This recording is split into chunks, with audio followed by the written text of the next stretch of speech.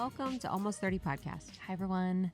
It's Linz and Krista. Thanks for being here. Welcome to the show. You don't need to be 30 or around 30 to listen. Just an FYI. That's a disclaimer. Disclaimer. We should put that at the very top. I love that's how a lot of people start a conversation with us when they first meet us, though. Yeah. They're like, but I'm not 30. And we're like, oh, yeah, fuck. Yeah, that is. It's like, what kind of joke? I'm trying to think of something that would be relatable, where it's like the joke that people always make around someone. Like, who has an example of a joke that people always hear? I don't even know. Yeah, I don't know. Just but like, I know what you mean. It's like we get an uncle joke all the time. All the time. It's sweet. It's sweet. I try to give a different reaction every time. Yeah. Like, well, I know. me it's either. Like, sucks. Sucks to be those people. Well, we're not 30 either. So yeah, we're in our 30s, baby. We're just free in it. But welcome to the show. If it's your first time, welcome. We hope to be a place where you find inspiration, where you laugh, where you hear interesting stories and perspectives. And we try and bring as many interesting people on as we can, as well as doing solo episodes where Lindsey and I go deep on topics that we really resonate with. Yeah, truly. And today is no exception. Yes. Today is really special with Michael Thornhill. He is the founder of Casa Galactica. He is a galactic channeler, and we had a session with him. Man, it's like almost a year ago. Yes. We're approaching a year ago. Just because with everything with the pandemic, and Michael was traveling to the jungle, which we'll talk about, and it's actually perfect timing per usual, but our session with him was just super, super powerful and so unique to any channeling session that I've done with someone. Yeah, so he's an intuitive, he's a medium. He works at Casa Galactica, which is a place that he founded with his wife, where they do ayahuasca retreats, and they do a lot of different work, whether it's cosmic energy healing, whether it's galactic channeling. There's a lot of trauma healing and informed trauma healing at Casa Galactica when you're doing your ayahuasca retreat or ceremony or dietas.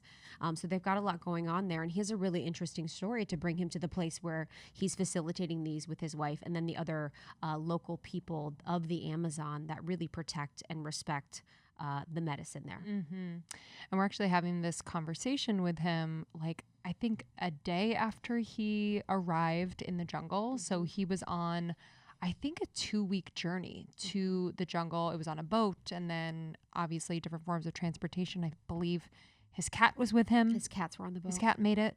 I was like, let's park here for a little bit. I know. And talk about your cats.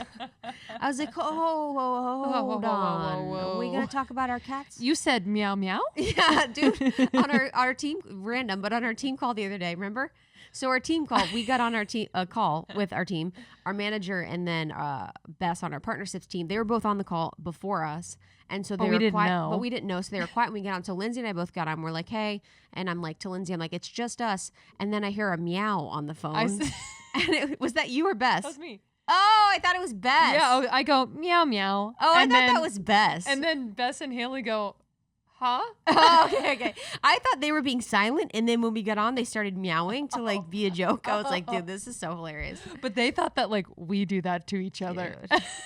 We check. That's how we check to see if anyone's on the phone. We start talking in meows. Meow, meow. Anyways, so we brought his cat over when he went to the Amazon, and you know, Lindsey and I get offers to do healing sessions a lot of times with people that want to be on the podcast, and that's not to brag. It's just kind of, we do these a lot. We have offers for these a lot, and we really use our intuition when we are having these healing sessions or meeting with these people, and we always vet them before we bring them on the show, just so we know that it's real, it's relevant, it resonates with us, and hopefully it'll resonate with you. And this session that we did was incredibly on point. Yes. Yeah, he was channeling part of it. The Arcturians came in, which we've heard before in channeling sessions, who not only are like kind of with us individually, but with almost 30. Yes. And guiding almost 30. And it was just really powerful. Yeah. So Kiki, our regular healer that we work with as our support. So we have a healer that we work with regularly. We have a coach, and then we have our therapists. which is something that we prioritize. Like when we're thinking about our budget, we prioritize in that way. But Kiki always talks about the Arcturians being with us. The Arcturians were impactful for us last year and really establishing and creating these energetic boundaries for ourselves in the business that hadn't been there before. So when Michael started channeling, you know, there's a lot of options from a galactic perspective of who's going to come through. It could be the Pleiadians, it could be Syrians, it could be people from Orion, it could be all over the board. There's a lot of different beings that could really come through, or energy that could come through. So when he started talking about the Arcturians, I knew. I was like, it totally makes sense to me. I know, so sweet. And I'm trying to think of anything else from our healing. I believe we talk a bit about it in the interview, but just in the interview itself, I was kind of reminded, you know, in talking about plant medicine and healing with plant medicine, we've done ayahuasca, as a lot of you know, and I've only done it once, and we 4 times. Huh? Oh yeah, 4 times in one trip. In 1 week. In 1 week. Brag. 4 times in 1 week. Come on, beat it. Yeah, literally. Yeah, it was quite intense, but in Costa Rica. But having the conversation with him, I'm remembering this now, like, there's something to speaking to the plant medicine that kind of activates the plant medicine a little bit. Where I started tripping, you guys. No. So he said ayahuasca, and we were like, wow. But I was remembering moments in the journey, you know, where I was like, oh wow, that was that. That was and something. You know, it was just like, it was kind of cool, and obviously made me want to go down there and freaking do plant medicine with Michael Thornhill again. I know. Yeah, we've been thinking about that. He's like, you could bring your friends. I'm like, dude, that'd be kind of fun. That would be so fun. I don't know. Yeah, but it was interesting the way. So we actually did full episodes on our ayahuasca journey. You can search for Lindsey's, you can search for mine, and then we did another full episode with one of the doctors that was at Rhythmia, where we did our ayahuasca ceremonies probably 2 years ago in Costa Rica.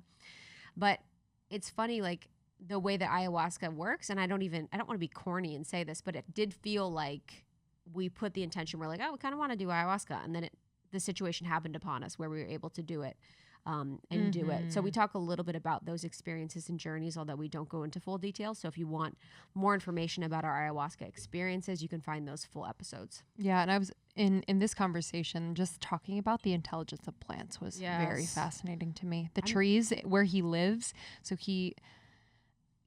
they're communicating with the trees all the time. Literally. There is a tree or plant tree spirit that they communicate with. Is that Noya Ryo? Yes, Noya thank you. Ryo. God, her memory There's is a so book good. that I got called Plant Intelligent in the Imaginal Realm. It is so dense, but it's all about basically the astounding abilities of plants. Wow. And it's super sciencey, but it is really interesting to look into, because that is actually, there's some good documentaries on Gaia, and then there's really good research and books on how intelligent and smart plants are.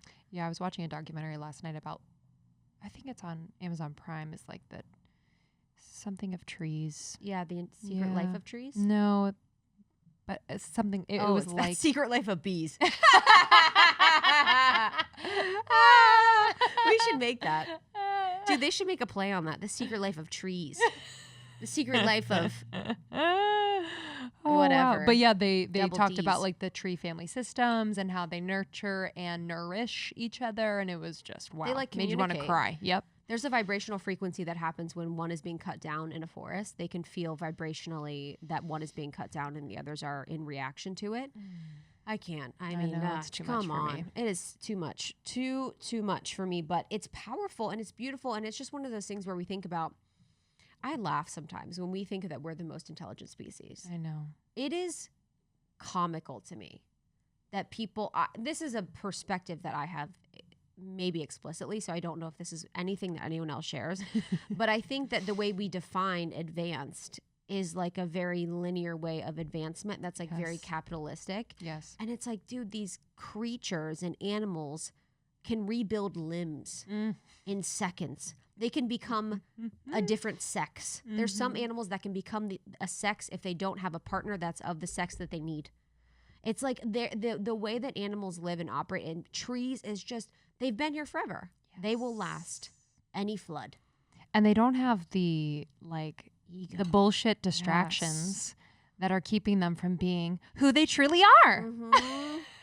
They truly are who they truly are. Trees for life.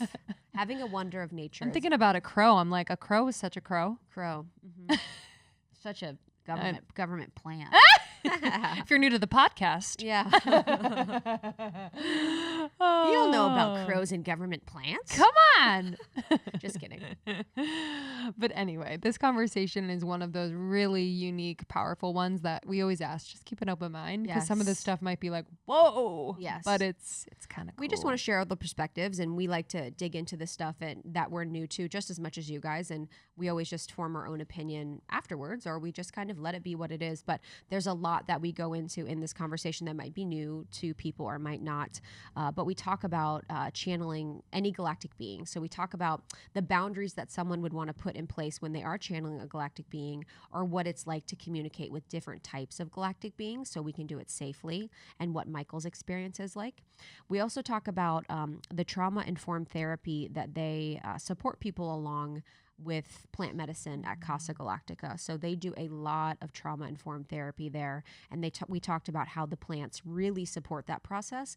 And then in addition to the plants, how mindful facilitators need to be. So we talked about the facilitator process of helping people through trauma. Yeah. And Michael also shares about his experience. And I just want to kind of say this now before we begin the interview as a trigger warning. So we do talk about suicide and we talk about sex trafficking. He was a child in a sex trafficking ritual abuse. And, we didn't know that we were going to have this conversation. And, the intention here is, really to share his story as a way to bring awareness to something that, still happens today. And for survivors, part of his work is to treat and provide support for survivors of ritual abuse. Mm-hmm. Yeah, ritual abuse is really comes in various ways. So it could be, you could use animals as torture. You could be tortured over time. A lot of time people are, they use types of mind programming on very young kids. So there's a lot of really dark ways that ritual abuse happens, but it's this ritual abuse experience over time that a lot of times this happens to kids that are in the foster care system mostly, or they're immigrants, or they can be undocumented, but it happens all over the world, and it's been happening for quite some time. So we didn't go in full detail, but we talked a lot about how that experience led him to where he was, and that was super emotional. Oh my God, I was bawling for like 45 minutes after. Yeah. So thank you, Michael, for, sharing, and for also just providing such a safe place for people to heal. Casa Galactica is where you can learn more, casagalactica.com. You can work with Michael. You can work with his partner, Jamie. There are ayahuasca retreats and dietas. So lots to support. So just trigger warning again about the ritual abuse. We get kind of deep in there, but we know you guys are mindful enough. If this doesn't seem like a fit for you, then, there's a bunch of other episodes that you can listen to. We really appreciate when you do share these with friends. So if you have someone that you feel like this message would resonate with, they want to channel galactic beings, they feel like they're ready to hear some of the information that we hear, we highly suggest you send with a friend so you can be in conversation with them. And then you can find all of Almost 30 stuff at almost30.com. We have our partners on our website. You can get tons of discounts on amazing brands that we love. We have Almost 30 Podcast, our Instagram, where we have tons of like really rich content and additional things from the podcast that hopefully will inspire you and excite you. I hope so. Turn you on. Yeah. Yeah, there's something truly for everyone. And if you want to follow Krista and I on Instagram, we always love hearing from you and connecting with you. I'm at Lindsey Simcik. And I'm at It's Krista. All right, y'all. Enjoy this one, and we'll see you on the other side. See you soon.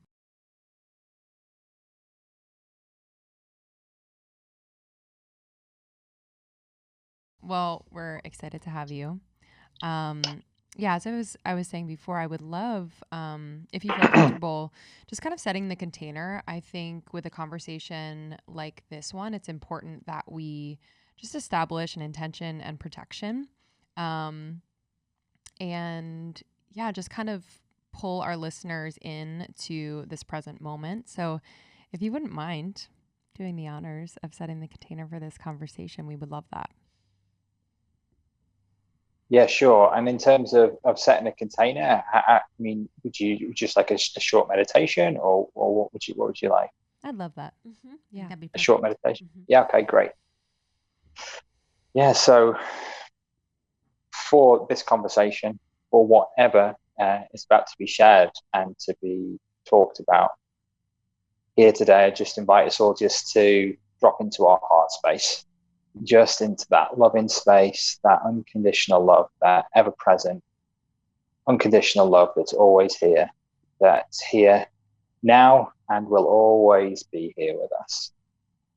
And just feeling that love in our hearts, just allowing that openness to flow through our bodies, expanding outwards beyond our minds, and just settling into a deeper space, into an ever-present knowingness that allows us to be guided here throughout this session, and just to allow all of the infinite galactic wisdom of our galactic friends and family to be present to help guide us. And to all the listeners out there, just encouraging just to stay tuned in with your heart and just allow your heart to guide you through this listening experience, to be present and to resonate with whatever is there for you, and to leave whatever is not for you. There's no pressure, just enjoy. Thank you. Oh, That was good. I'm excited to talk, and I know we had our session a little bit ago now, probably a few months or so now, but we did an amazing galactic channeling session with you, and I've actually never had that sort of channeling before, and I was really excited that the Arcturians came through for Lindsey and I. We've been working with them for a little over a year now, maybe longer from, outside of my awareness, but in my awareness, we've been working with them for about a year. So when they came through during our session together, I wasn't surprised at all to hear from them. And it just was really affirming and confirming of what we were doing and sort of what we were going through at the time. And it was really beautiful. So we're excited to have you on today. We're excited to talk to you about so many different things, plant medicine, Casa Galactica. I think there's a lot of places that we can go. But I would first love to just talk a little bit about, the channeling that you do and sort of our experience in the session. When you're channeling, do you work with specific beings or entities, or sort of what's your process like for communicating with the appropriate entities that have the messages for the people you're working with? Sure. Great question. And I'm really glad that the session that we did was beneficial. I certainly enjoyed being able to bring that information through for you. Firstly, just in terms of whatever work that I do, similar to how we've set a container here for this conversation, is really connecting with the heart, with God consciousness, universal consciousness, this unconditional love and truth. I work through a specific guide called Noyorao, who is my main teacher and guide, who is an Enlightened Tree, who is part of the work that we do in the Shipibo tradition of curanderismo.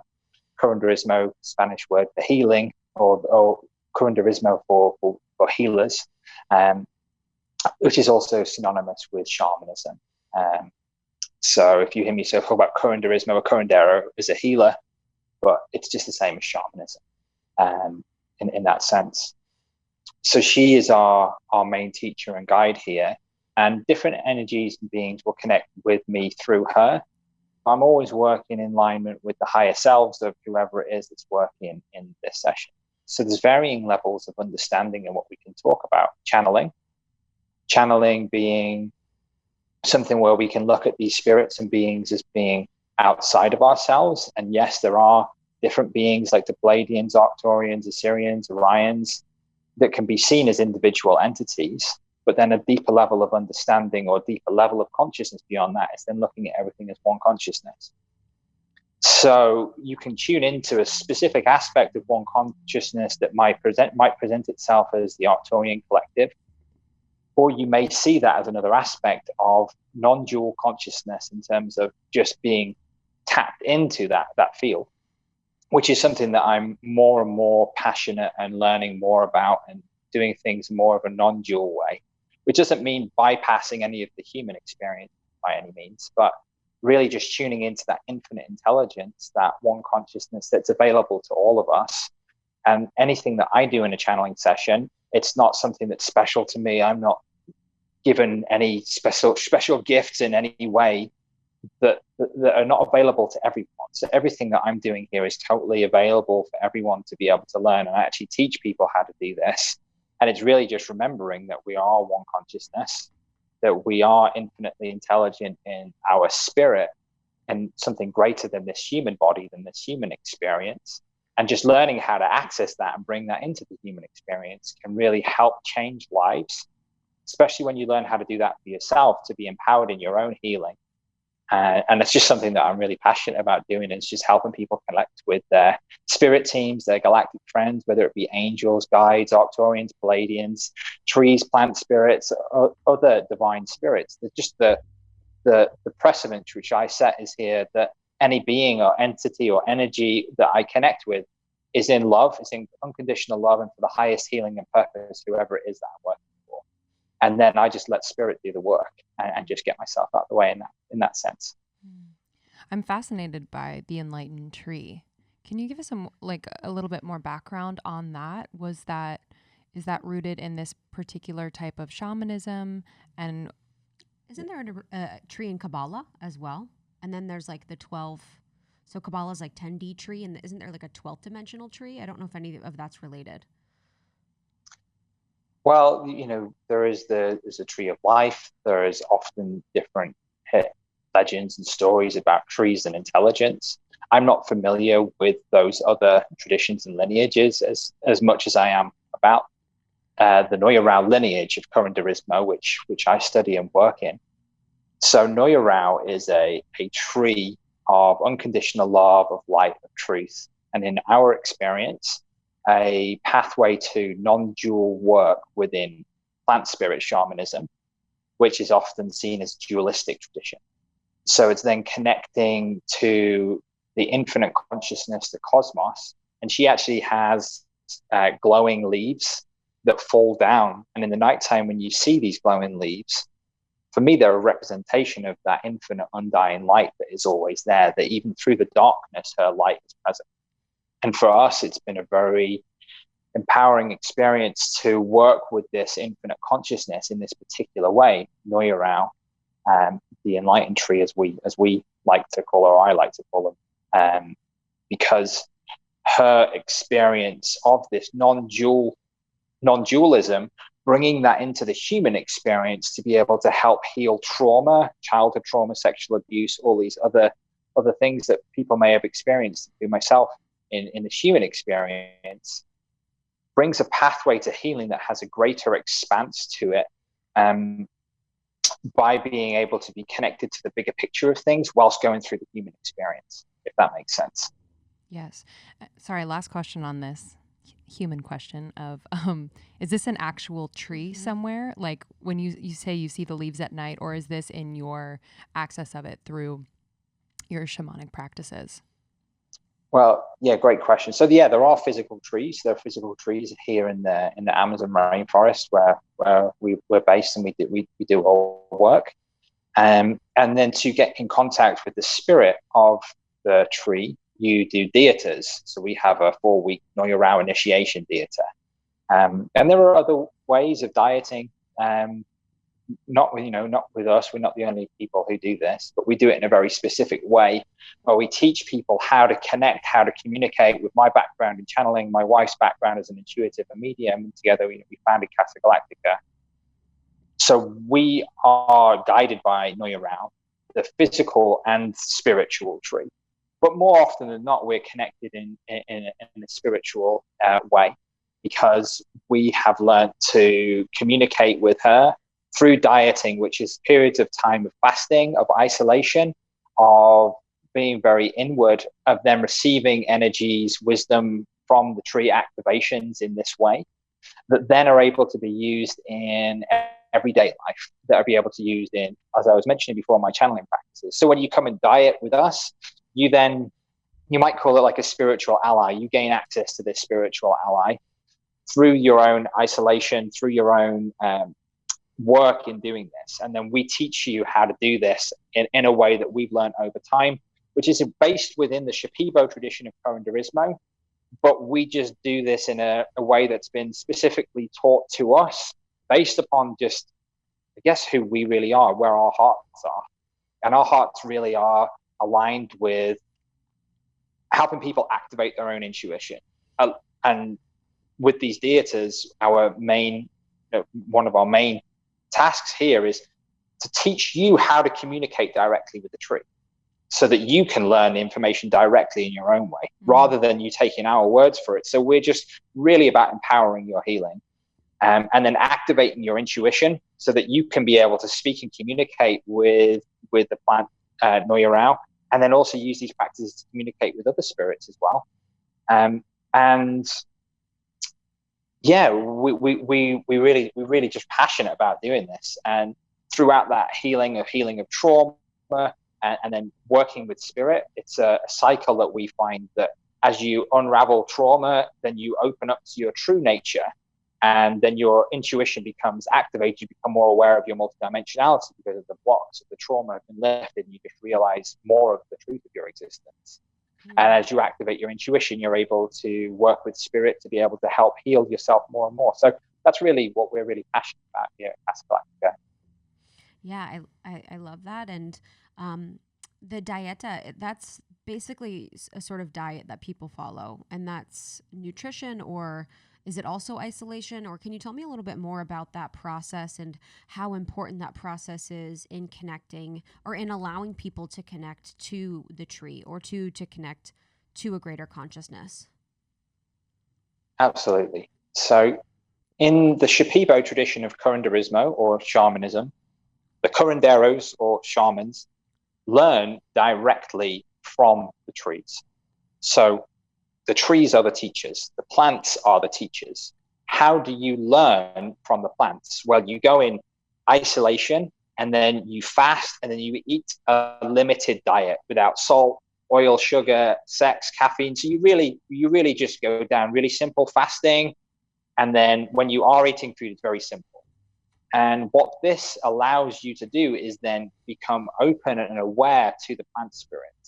And you're drinking this plant spirit throughout this period of time, in the evenings, meditating, receiving information, guidance, activation, wisdoms, which are then able to be used to help others heal. So this is the tradition that we've been studying in for years, and using this to then help our own growth. And then eventually we've been helping other people as well to be able to heal, and to be able to connect and learn in their own way directly from the tree. So we have our indigenous maestros that we've been learning from. And then over time, we've just then moved into doing this ourselves in our own specific way with the information that we've learned directly from the trees and the blessings of our indigenous maestros and teachers as well.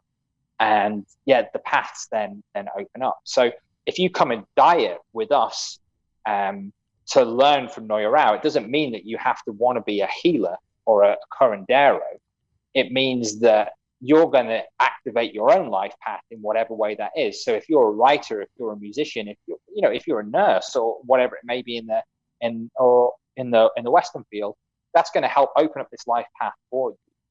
Then you can also experience incredible healing of childhood trauma, of opening of activating of intuition, and then physical healing of the body, mind, and spirit as well. But yes, the traditional, when I talk to about a dieta, that's a period of time. The dietas that we're currently offering are 4-week Noya Rao initiation dietas, are a period of 4 weeks, which also include ayahuasca ceremonies and some other cleaning plant medicines, and also integration period afterwards as well, whilst teaching you about how to communicate with plant spirits, how to diet effectively within the Shipibo tradition, and then how to integrate and how to take that back to everyday life, rather than it just being an experience out here in the jungle. How can you then bring this into something that's going to be in alignment with your own true purpose and life's mission, or whatever that may be?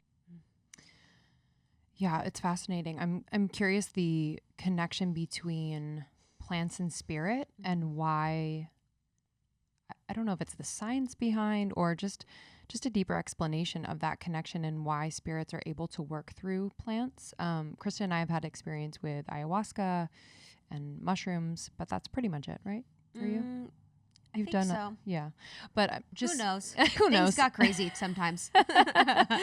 But I just remember specifically in the ayahuasca ceremony, and even to this day, when I hear music that either from that specific ceremony or that is similar, I feel something. I feel something so deep. So I'm just curious, just a further explanation of how the spirit connects to the plants. Well, out at Casa Galactica, our kind of title, if you look on our homepage, is Channeling and Plant Spirit Healing. So when we talk about plants, we're often talking about plant spirits.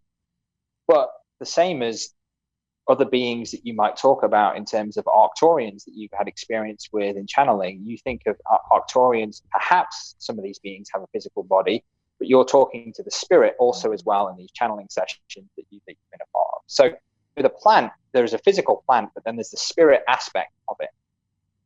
So when you're communicating with the spirit, you're communicating with that aspect of the plant that has this infinite wisdom. Okay. So you can see the plant as a tree, and then you can communicate with the spirit. And this is not just something that's limited to entheogens or like ayahuasca or mushrooms.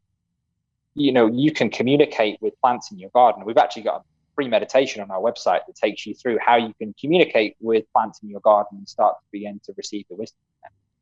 Now, in an ayahuasca ceremony, the way that we run ayahuasca ceremonies, we're also communicating and bringing in the plant spirits and then the worlds of medicines that are contained within the plant spirits, which are then many different beings and energies, similar to spirit teams and galactic friends that work with us in ceremonies, to then be able to do healing work as well. So working with the plant spirits and then other beings and energies, ETs, angels, guides, these types of things.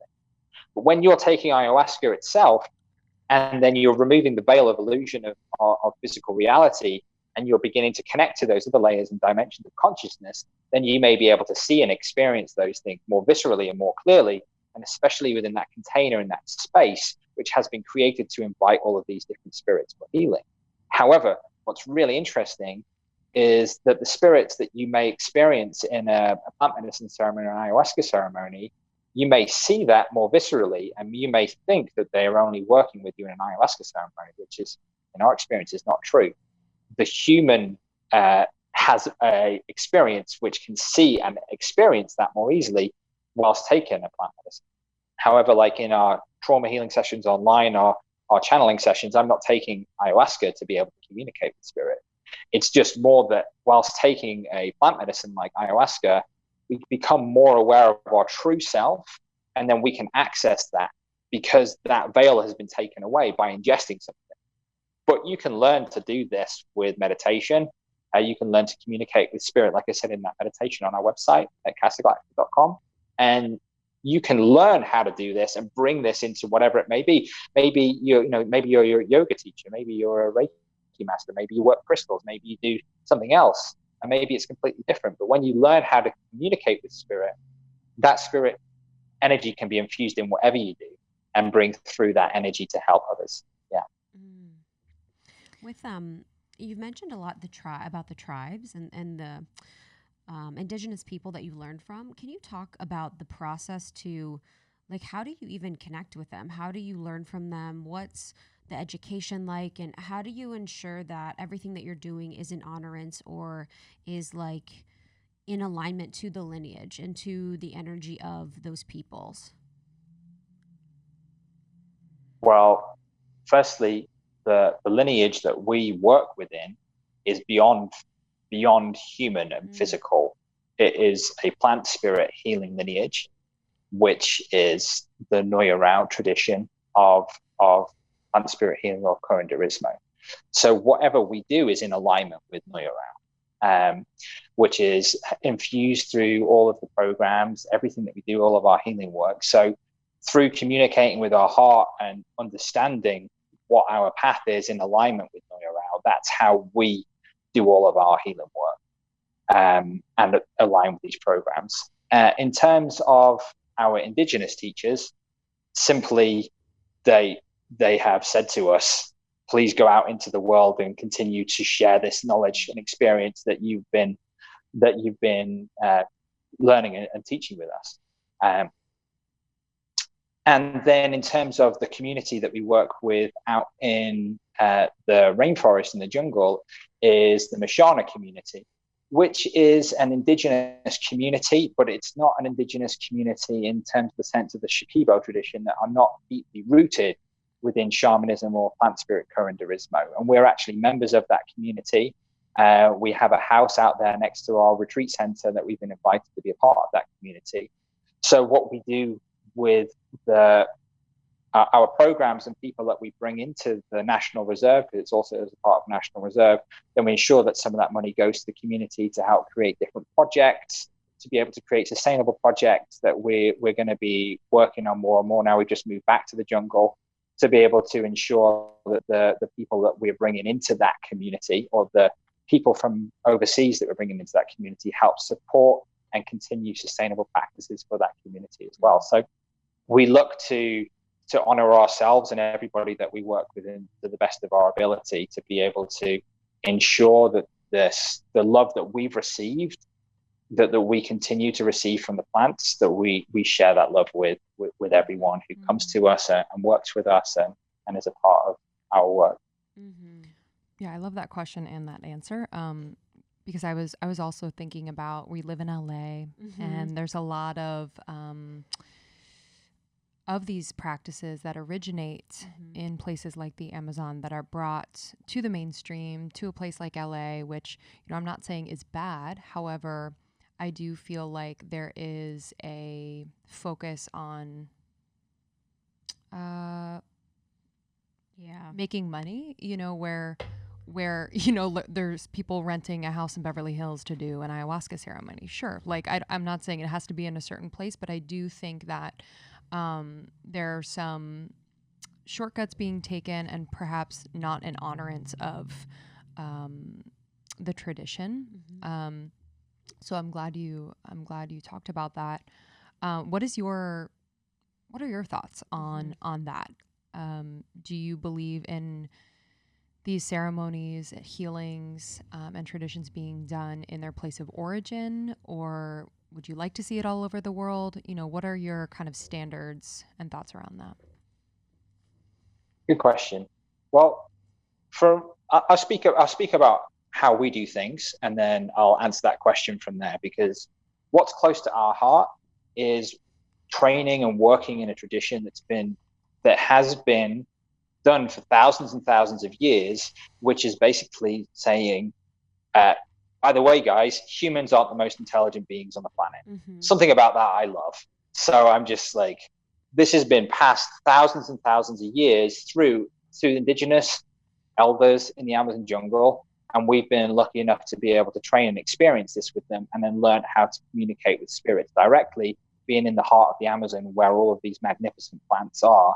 And the energy of this place is just incredible. So for me, working within this tradition is in my heart, and it's incredible because the tradition teaches us how to work with spirit in a way that does healing on people, and to be able to hold a safe space in a way that's in alignment with how the plants have taught elders in these communities in the Shipibo tradition for many, many generations. However, simultaneously, you may notice that I'm not Shipibo, and I'm not trying to be Shipibo. I'm trying to be me, doing my work, which is heart aligned and centered with me, within the Shipibo tradition. So within that tradition, and then allowing my own energy to be infused with the non-dual work, with the other complementary practices that we bring in, like Qigong, and then the trauma-informed care, which I'll talk about more in a minute. And just the way that we do things is different to being completely going out alone with a Shipibo indigenous elder, which has its merits. It's great. But there's something about being able to infuse my own background, Jamie's own background with trauma, all of the trauma-informed care practices that we put into our online sessions and trauma-informed work, and then being able to relate that to people to be able to then teach others how to communicate directly with the plants in a way that we've learned and been able to do so. So for me, having a tradition that's based in this powerful healing work is really important, to be able to have that spiritual connection, to be able to hold a safe space, to be able to do authentic healing work. And that is spending time studying with the plants and learning and directly receiving information, learning the Shipibo language to be able to do this and hold ceremony in this way. Simultaneously, it doesn't mean that what other people are doing outside of the tradition is not valid or relevant, because I also believe that the plants are working through people in many different ways, and everyone has their different way of working and has a different reason why they're offering a ceremony. And I'm not here to judge that in any way. What I am here to say is that anyone who is going to go and do ayahuasca, I highly recommend working with people who are informed in trauma-informed care practices. What does that mean?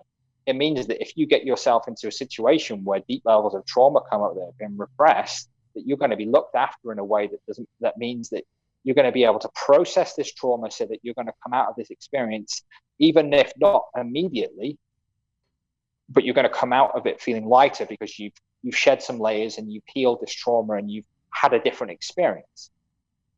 And if this was something like sexual abuse or trauma or even darker things that can be experienced in this world, such as ritual abuse, which is what I've been through and experienced and helped and healed with plant medicines, if you're not held in a safe container that gives you an ability to, one, to be able to deal with those energies in a safe way shamanically within a ceremony space, and then two, humanly, to be able to help people process through that.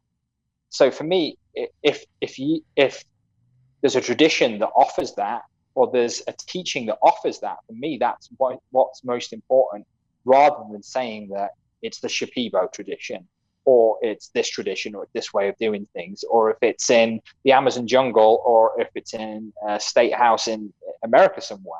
For me, is the ceremony going to be able to be energetically and shamanically safe? More often than not, then you're going to need to have studied in a tradition, and you're going to have to spend time dedicating your life to be able to do that. Are you able to handle people who have come through difficult traumatic experiences beyond what you may even be able to imagine is possible? And are there safety procedures and protocols in place that ensure the safety of people, not only just physically through going through this, through pre-wellness screening questionnaires to make sure that they're physically safe to be able to do so, mentally and emotionally, is this person who's coming to go and take some plant medicines going to come out of this experience safely in a mental state? And are there then procedures in place, integrations in place, integration protocols and practices in place that we spend so much time putting all this together to be able to create that safe container that means that the experience overall of coming and drinking ayahuasca or plant medicine is a positive one. It doesn't mean that it's going to be pretty.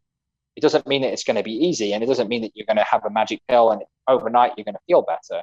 However, in our experiences, if people come and drink plant medicines in that way, where I've just described, then overall it's a positive experience to be able to heal and experience more of the truth of who they are.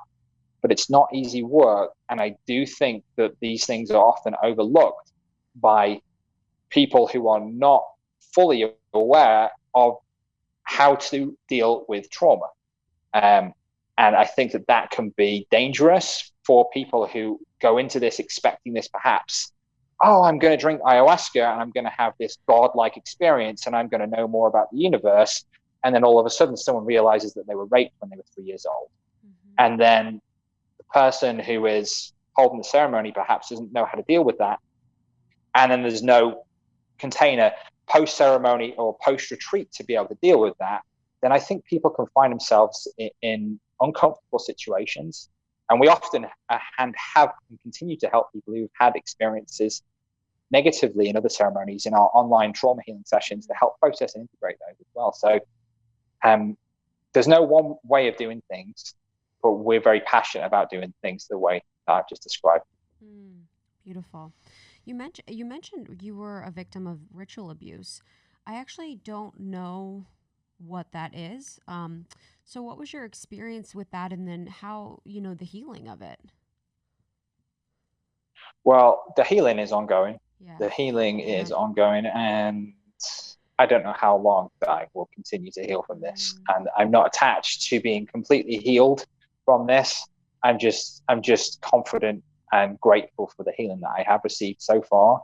And I know that it also helps me to be able to help others heal through this and similar experiences. And naturally, people gravitate towards me who also experience deep sexual abuse, violent abuse, or ritual abuse. So ritual abuse can be described as organized abuse, which uses different rituals of abuse to incite fear, which can be the torture of animals, the killing of children, the rape and abuse of children. And it's often used underground. It also has within it contained mind control to stop people from remembering this, to stop these rings being uncovered. You may have heard some of this more in the mainstream media being talked about, of people coming out about this and talking about it. And for me, for the whole of my life, I had zero idea about this. And then it's been something that I've been working through over the last several years, through going through many different plant medicine experiences of going back and reliving some of these violent terrors and traumas. And then also through working with a great therapist who's been very body-centered and based upon somatic experiencing.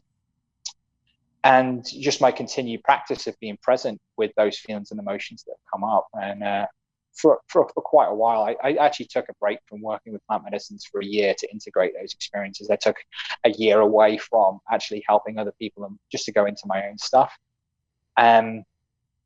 But it's something that it's been tough, and it's difficult to describe some of these things because they're just so dark, and sometimes people can have a negative reaction to me sharing about some of these experiences. So if anyone is feeling a little bit overwhelmed by that, I apologize, but I'm just crying. He's looking at me crying. Answering the question. I don't think, no, it's beautiful. I don't think it's not a negative response. Sometimes I just am reminded of how, like, and I think this is a theme for me lately, is how dark parts of our existence on Earth could be, and how traumatic it could be for people, and how it's so weird because you live in this world and like so much of it's an illusion, and we just don't realize how much of what you're talking about happens in the world. The rings, the rituals, the animal abuse, like it's just so crazy to me. And it's just heartbreaking. And no, I never a negative response. I'm so thankful you shared, and I'm, obviously 100 times over so sorry you went through that. I guess for your journey, did you have it buried so far in your brain that you didn't know what it had gone on because of all the mind control as well until you went into ceremony? Yes, it's a good question, and I wasn't responding to your tears. I was just letting anyone out there knows who's having a feeling of like, oh my gosh, what is this? That it's okay. I don't expect anyone to get it. I'm not here for sympathy. I'm just sharing my experience. And as I said at the beginning, just take it or leave it. This is my experience. And when I went into this experience, it was probably around about 3 years ago. And it actually wasn't beginning with plant medicines. It was actually it wasn't beginning with ayahuasca. It was actually beginning when I was connecting with my Noya Rao pipe, which was a pipe that I used to smoke with Mapacho, which is a way of connecting to plant spirits in the tradition as well, which we teach about on the dietas. But then I actually went into a mushroom ceremony after I beginning to have these feelings. I started bringing in some of these memories. And then I started going into I started going into sexual abuse, some dark sexual abuse. And then over time and time again, it was like the bottom was falling out of it, and it just get darker and darker and darker and darker. And it was, if I'd have seen everything in one go, it would have been too much. And I'd already been drinking ayahuasca for 1.5 years before, pretty regularly, before I actually started going into this. And it was only then when I've been able to get to a certain level of my own progress that I was then able to go deeper and darker into this. And yeah, when anyone who's going through remembrance of sexual abuse or repressed memories, often the first thing to do is to deny it, because it would be just easier to say, oh, I'm going crazy, or I just drank a plant medicine. And it would be so much easier if this was just like an evil plant, because that would be the easy answer, right? You just don't drink the plant again and then you're fine.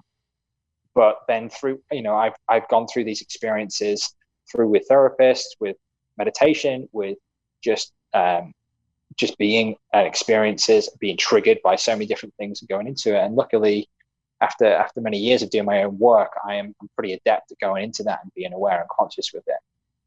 So with this mind control, what I'm talking about is then there's a programming which is suicide programming. And I'd wanted to kill myself from about 10 years old, which is only until about, my mother was ill and my parents split up. I just thought, oh, maybe I'm just kind of like sad with life. I didn't really want to live so much. And then when I started to go into more and more of these memories, as I would start going into some of these deeper memories, then like an overwhelming feeling, an urge of wanting to kill myself, like wanting to grab a knife, stab myself, that was just like not me. And before I knew what suicide programming was, I didn't know what it was. And it was kind of very dark.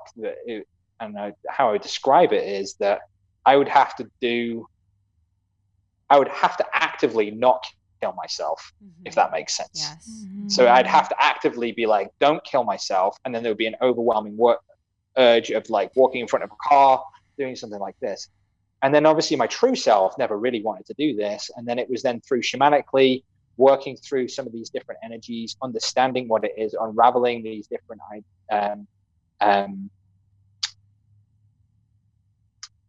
programs of mind control, and then understanding it and working through it, then learning how to also help other people through this throughout doing my own process. But there's really not that much literature about on it. There is literature, but it's just not that much literature about that. And people can have these experiences, and people can just often just see that as a suicidal tendency. People can also just see this addiction. The reason that I got into plant medicines originally was because of deep levels of addiction. I never thought I was going to live to 30 years old. So I was partying, I was DJing. I was just like, I'm going to die, just like go out high, basically. And then it was when I started working with plant medicines, then I stopped taking drugs and drinking and smoking and all these different types of things, and started going into the traumas. And that was when I realized that this is underneath all of these different addictions. And then when you don't have anything to numb these things, then the real darkness can come out to be healed. And that's quite a difficult process. And it's something that I help with people with online trauma healing sessions, to going through different stuff like ritual abuse, sexual abuse, trauma, violent abuse, addictions, other things like this. I know that if I'd not gone through this myself, I would be able to help other people. So I'm grateful to be able to help other people. Just still sad, it's still tough. Yeah. Thank you for sharing that. I know a lot of people out there will really be receiving your story and be activated by that in a positive way. Knowing that this is still going on all over the world, and that it is not necessarily, we've seen it in the mainstream a little bit recently, but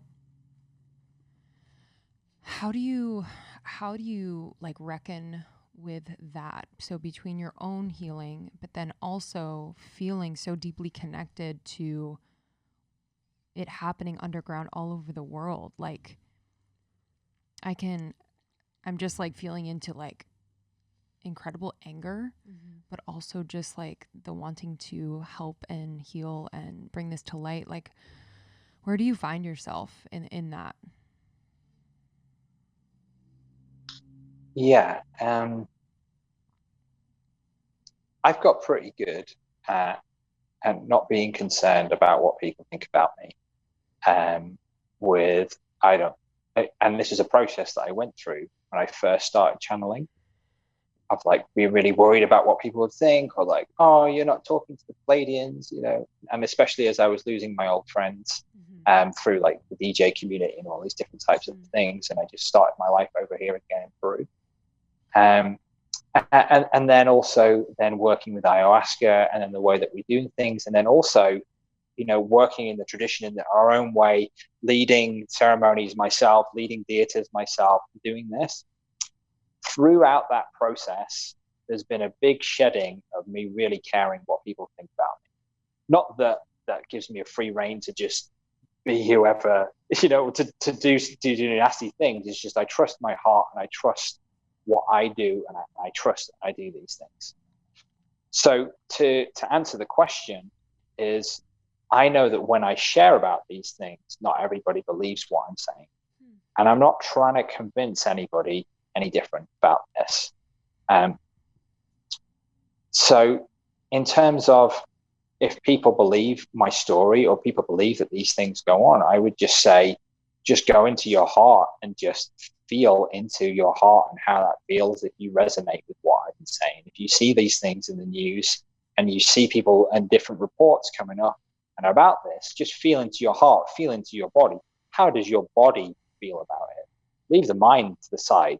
What reaction how do you feel in your body about that? And that's how we start to come into this heart awareness, which is beyond the mind, to be able to find our truth and to share truth. In terms of what can people do about this, I would just say, you know, it's not necessarily your own responsibility to do something about my story. However, the responsibility, I believe, is with each of us to be able to go inside and find out whatever that is, that trauma, that darkness, that block to love that we are harboring within our own beings, and to become aware of that. Because it plays out unconsciously in our relationships. It plays out unconsciously with our friends, our family, in our work environments. And then we start chasing these dreams that are not even us. And then we just keep going around and perpetuating that cycle of whatever it is, the rat race or capitalism or whatever it is, to just keep doing these things because we're not in touch with who we truly are. So break yourself free. Break yourself free from the mental patterns, the behaviors, the programmings that are keeping you from living your own truth. And when you live your own truth, you'll light up the world in your own way. And then when there's that much light here, the darkness it doesn't matter, because this light, this darkness is taking us to the light. It's allowing us to shine. So I would just say, be present with yourself. That's how it comes down to be willing to look inside, and then be willing to have an open heart to help others and support others. When you have that call from your friend who's like, I'm having a tough time, just be there and listen. Just offer support. You don't have to fix it, but just having someone to listen and just to allow their experience to be heard, to be seen, it's incredibly healing. We often egoically, I believe, think that we have to fix someone or have the right answer. But just listening with the heart to someone's problem, someone's story, can just be incredibly healing. That's beautiful. Yeah, people not believing it is confusing to me. I don't, that kind of I find interesting that people wouldn't believe you or other people that have these experiences and stories. And, you know, just as like a note, there are TV shows that show these kind of things. And so for people to think that they don't exist outside of that, it's way darker in person, actually. But the media often kind of leads like breadcrumbs of like what is actually going on. So I'm sorry if you've never been believed or people haven't believed you. I just want to just make a note of that, because that must be really hard. You know, that must be really hard. There was something that you mentioned when you were talking about, you know, transitioning from your old life being a DJ, kind of having these addictions and really hiding this trauma that you have, and then transitioning to your new life, which you currently live now. Can you talk about that process? A lot of people in our community are people that are sort of making that transition where they're stepping into the more spiritual parts of their beings and their lives and living with more purpose and living with more heart. But sometimes it can feel lonely and sometimes it can feel isolating. So I'd love to hear your story and any tips or advice that you'd give our audience that are going through their own spiritual transition. Sure, great question. Thank you.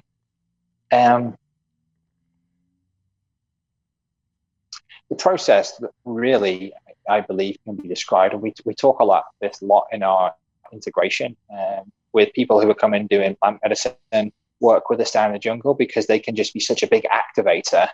And working with plant medicines that can be like doing 10, 20 years of meditation in a single ceremony and having these like mind blowing and awakening experiences. And when you come and do a plant medicine ceremony, you come down and you do a retreat with us, and often that life that you may have had may more viscerally seem not suitable or appropriate for you because you've had these healings and these new awarenesses. Or it can be something that's more over a gradual period of time, that, as you know, perhaps you start doing yoga, and then then all of a sudden you just start drinking less, and then all of a sudden you find a podcast, like almost 30 podcasts, and you start speaking to people and you do this. So it can be, the rate of change is not important. But when this change comes and happens, from my experience, the realization that when things don't feel good anymore, more often than not, it's because they're not aligning with you anymore. Now, that doesn't mean that, if you have a bad day at work, then it doesn't mean that the job's not like, okay, I'm spiritual now, this job no longer works for me. It's not just something that's consistent over time. When we get in tune with the body, with the heart, we can start to feel, an example, every time I meet up with this friend, I don't feel like I'm being heard or supported, and I feel like this is not a two-way relationship. And I think everyone can relate to that. And it's like, I've known this person for like 15 years or 10 years, and now I'm just supposed to let go of my best friend. That's tough. This is like the real life tough stuff. And it's like, just to continue with this example, when we hold on to that experience, when we hold on to that relationship, when we believe ourselves to be aligned with that relationship, when we're not, we experience suffering. When we actually meet up with that person, we don't have a good time, and then we start feeling left alone, perhaps abused or not cared for, or not valued, or not worthy. And that just plays into those old patterns. But when you start to lift some of those old patterns of unworthiness, unlovable, all these other things, if you're in a relationship, whether it be a friendship or a work relationship, a food relationship, or whatever that relationship may be, you start to realize that no longer serves you, because those limiting beliefs and those patterns that you've begun to heal, they're just not functioning anymore. And then you can start clearly seeing, this doesn't work. So even though it's scary, even though you can be afraid of doing this, I would recommend letting go of those relationships that no longer work for you. And what you may be left with is a feeling of being alone. But what's worse, being alone and actually having no one around you, or being alone with supposed friends and actually still being alone? For me, I think that's like some form of self-harm, of continuing to put ourselves through that. And yeah, it's terrifying, it's petrifying. So I just want to say, when I was living in Europe, I'm originally from the UK, and I was living in Berlin. I was actually running a headhunting company, and doing drugs and all these other things, and partying, thinking I had these friends. And don't get me wrong, I did have good times, and I did have friendships, and we did share these things at that level of experience of having. I didn't have a long-term romantic relationship. The job I had wasn't fulfilling. I was putting all these things in my body that were not good for me. And I went through this process of letting go of all of that, and just thinking that, oh my God, I'm losing all my friends. I basically lost all my friends, all my job, all of the money, everything I'd done, all of this thing I've been building up, and I let go of it all. Now I am happily married. I live here in the jungle in Iquitos, Peru. We have Casa Galactica, and we get to share and do these things that we absolutely, truly love to help other people. And it's a level of fulfillment that my old self wouldn't be able to even comprehend. If I wrote it down on paper, oh, you're going to feel fulfilled like this. The feeling that I have, the experience that I have now is not comprehensible because of my own experiences before were nothing in comparison to be able to have this. These experiences were all completely valid and valuable for me at that time to be able to recognize what's not for me.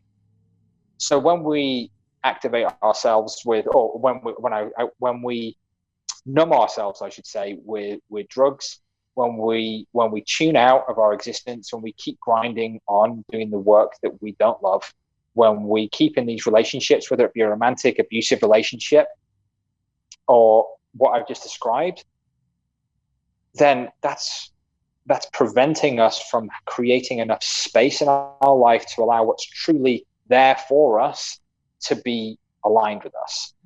All of these things that are in true alignment with you and your higher self, I just want to tell everyone out there, they already exist. They're all there for you. You don't have to win them. You don't have to gain them. You don't have to create them. You don't have to manifest them. They're already there. Just stop holding on to all the things that no longer serve you. And then you'll automatically begin to gravitate towards those like a magnet. So just release your grip. And similar to as you're releasing a grip, it can feel like you're falling. But know that you will be caught. Surround yourself with people who you find in true community, who truly listen, who are truly able to speak from their heart. Surround yourself with spiritual material that can maybe help you understand some of these changes that you're going through. And find spiritual practices that can be beneficial to help you through these changes. Enlist the help of others who have been through this process.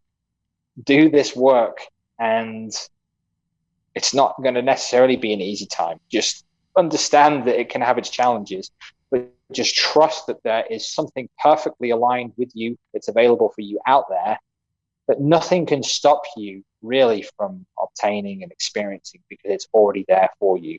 And you're going to go through this process, and I'm just going to let you know, if you let go of it tomorrow, or if you let go of it a month down the line, over time, you're just going to find these experiences and these relationships become so tormenting for you that you're going to let go of it. And then when you learn to let go of this quicker and quicker and quicker, you start realizing, oh, when I let go of those things that no longer serve me, then these things that align with me start presenting themselves. Work, relationships, friends, etc. And then you start to enjoy life. And then the letting go gets easier because you already understand that, I would say, the formula of letting go is that when you let go of things that don't serve you, you end up being happier generally. So I think that answers the question, I hope. But I don't know if I started ranting or rambling a little bit. It's interesting. This is like another topic for another day, but I had like a drug phase too, where I was like partying a lot. And I really think that was, I'm not recommending it to anyone. That's not what I'm saying. But I really think that was like a step for me in my sort of path. Like that was very expansive for me. And maybe you like continue chasing, but yeah, that was really beautiful. And I really do, just want to echo that sentiment of when you do really focus more on what is for you, all the things like fall away, and releasing the grip is really key. And just like how limited the mind is. So when you think about like what your life could be and how fulfilled and joyful you could be, it's actually not even close. So I just love that point too, because I think we're so goal oriented in our society, at least in America. And I think that can really limit us. So thank you for sharing that. Last question from me, just in your union, like in your marriage, and in conjunction with like your recent healing in the last few years, around the ritual abuse, I'm just curious what that experience has been like between you both, obviously whatever you're comfortable sharing. But I can imagine there are a lot of people out there in union and relationships that are going through or will be healing a type of trauma like that. Absolutely. My wife, Jamie, is an absolute rock for me. I love her so dearly, and we have been through so many different experiences together, through the healing of my own traumas and the healing of her own traumas. And I would say that our marriage is trauma informed, and is often the basis of a lot of the trauma informed work that we do, because we've learned how to hold space for people and each other through the deepest, darkest depths of trauma. And with any relationship, what a relationship will do is bring up the blind spots. It will bring up an opportunity for those negative patterns and behaviors that are perhaps based upon unconscious trauma to come to the surface, to be healed and to be loved. And Jamie and I hold space for each other, I would say, like pretty good right now. Like we've been through so much stuff of this trauma of healing. We know how to talk to each other. We know how to listen to each other. We know how to hold space for each other. And as these relationships bring up these negative experiences or these difficult experiences from past trauma, it can be difficult to be intimate, because if you're going through an experience of healing sexual trauma, then just sometimes you just don't want to be around someone, or you don't want to be intimate with someone. So then holding space for each other to go through that, to heal. When the space is held so lovingly from each of us, it's given us the ability to heal so many levels and dimensions of trauma in this life and other lives. And a conscious relationship can be a massive activator for you to be able to heal those things. Now, and this is just coming through, that there may be people who've had different sexual abuse and traumas that just continue to play out different patterns of this trauma and abuse. Or perhaps, sometimes with sexual abuse, you see people that are then very promiscuous, or then some people are very abstinent from sex, these different types of things. That's all completely fine. But a loving relationship is available for you, for everyone. And it has to start with the inside. It has to start with you doing that inner work. And then when you do that, then you will find someone who's already existing, who's already there, to be able to support you in that growth process. So my marriage has been instrumental in my healing, and I recommend it. I recommend marriage. Mm-hmm. It's awesome. Aww. And for just last question, for anyone that's listening, that's in a relationship, how can they bring some of those aspects that you guys talk about that are so helpful for you into their relationship, whether it's communication skills or, tips on holding space? Like, what kind of things could people apply to their lives? First thing I would say, when you think that you should be talking, perhaps you should be listening some more, rather than thinking of the next thing that you want to say. I would just always say, just listen intently with the heart, and then give people space. Don't just jump in when there's a pause in a breath. Just give the other person opportunity to really speak. And it can be uncomfortable, because the things that your partner may be saying to you may make you feel uncomfortable. But it's okay. Just feel that, be present with it. So that's what's coming up there. The more that you get, the more that you're in a relationship, the more that you're conscious, the more that you're doing your own work, then the more that you'll be able to hold space for that relationship. When you believe the problem to be the relationship or the other person, then that's how I basically had all of my relationships before meeting my wife, Jamie. And expect it to be tough. Expect it to, like, this idea, I think of if anyone who's just watched Friends and just think that's what relationships like, then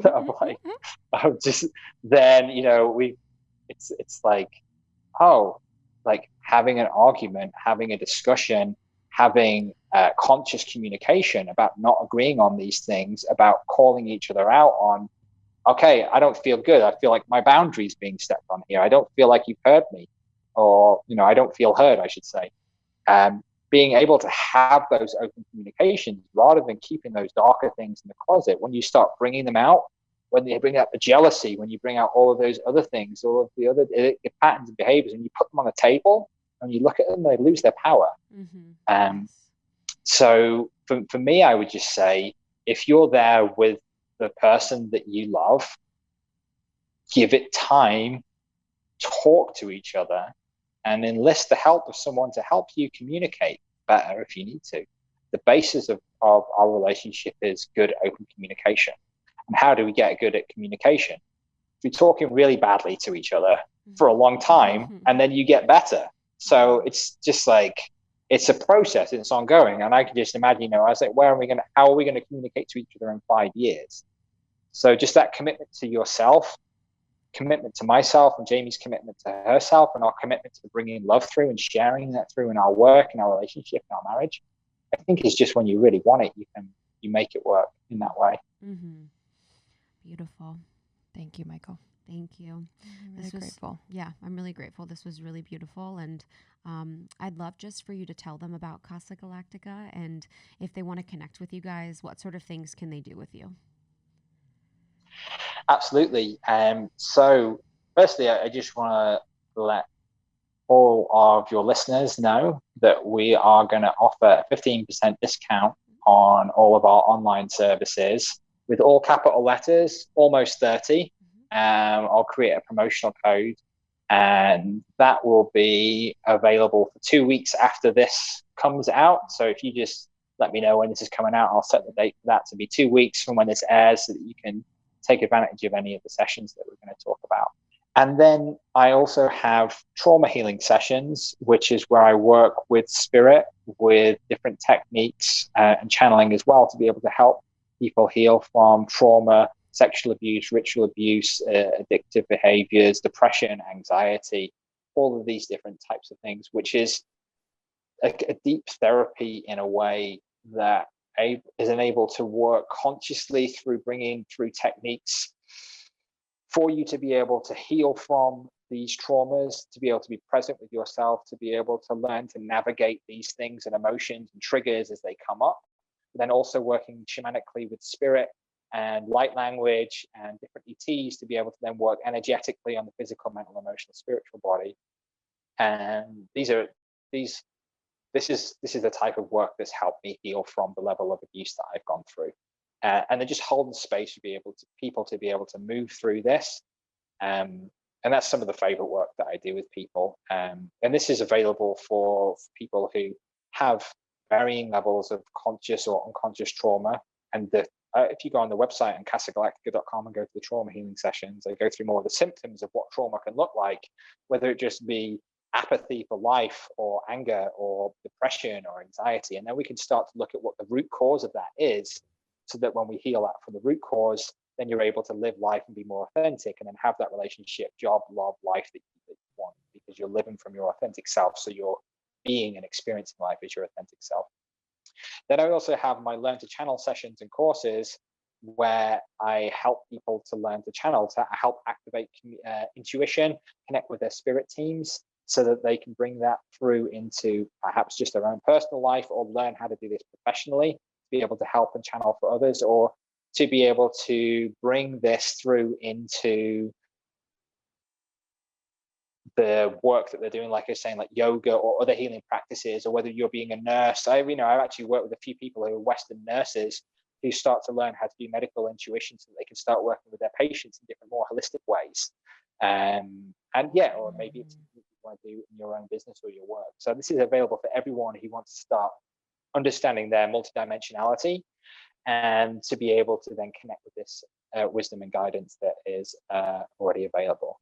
My wife is also an incredible intuitive and medium, and I also just spoke to her as well. So she's going to do a 15% off on all of her sessions as well. So she does intuitive readings, and then she also does intuitive mentorship 101 course, which is incredible, where she teaches people to connect with their own intuition and to be able to work with spirit in a similar way that I've talked about in the Learn to Channel course, but she has her own very unique way of doing things.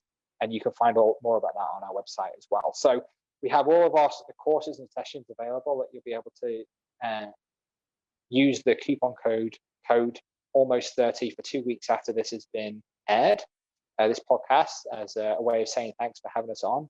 And then we also, if you are just like really want to go deep with this even further, then we have our 4-week Noya Rao initiation theatre. So this will not be included in the 15% discount, where we have our 4-week Noya Rao initiation theatre, where you'll be taking various different plant medicines to help clear the mental body, emotional body, and the physical body, then learning to communicate with plant spirits, then dieting, connecting and activating your life with Noya Rao, and then going through a full integration process while drinking ayahuasca. We have a load of videos on our website as well, where I talk about all of the plants at casagalactica.com, and you can find really comprehensive information available on our website. Now, especially as well, I'd love to announce as well that in addition to this Noya Rao initiation theatre, we're also going to be putting on trauma-informed healer courses, where we're going to be teaching people through plant medicines how to be more trauma-informed in your healing practices. And this is something that can then be taken into your own healing practices. How do you then work with people with sexual abuse? How do you work with people with ritual abuse? What is trauma-informed care? How is it important? Why is this important? How can it benefit people to come through this? So if you're interested in that, please just send us a message via our website. And then we also have various different ayahuasca healing retreats that are upcoming. Because of how the world is at the moment, we're bringing our group size down to just 6 people. So our Noya Rao initiation theatre has already been lined up for 6 people. But they're also going to be putting together longer term healing programs for people who have more serious physical illness conditions like diabetes, cancer, the things like that, or want to come down and do deeper work with us. Then we're going to be opening our doors up for people to come down long term, also to apprentice with us as well in different ways. So if you're just resonating with anything that I'm saying here and you want to know more about this, because it's not available on our website right now, we're in the middle of just putting together these programs with Spirit. All of our programs are guided and influenced by Spirit and curated together with us. Then just send us a message and we can just arrange a one-on-one call, and we can just talk about what you're interested in, what you feel beneficial, what your own set of unique circumstances are, and we can create personalized treatment plans for you to come down here in the jungle with us to study, to learn, to heal, whatever it may be. So our hearts are open and we just love connecting with people. So if you want to schedule a consultation with us, then you can do that via our website as well. So yeah, and please enjoy our website. We've got lots of videos. You can see our retreat center. You can see more of the work that we do. And yeah, if anything, you have any questions about what's been shared here today, or you want more information about our services, please don't hesitate to send a message and you can arrange a call with us. Thank you so much. Thank you so much. That was really beautiful. And I'm so thankful for the discount code and for you sharing your story very openly and honestly. It really touched Lindsey and I, and it was great to connect with you. Thank you for the beautiful session, and we appreciate it. I'd just like to say thank you to you both for having us on.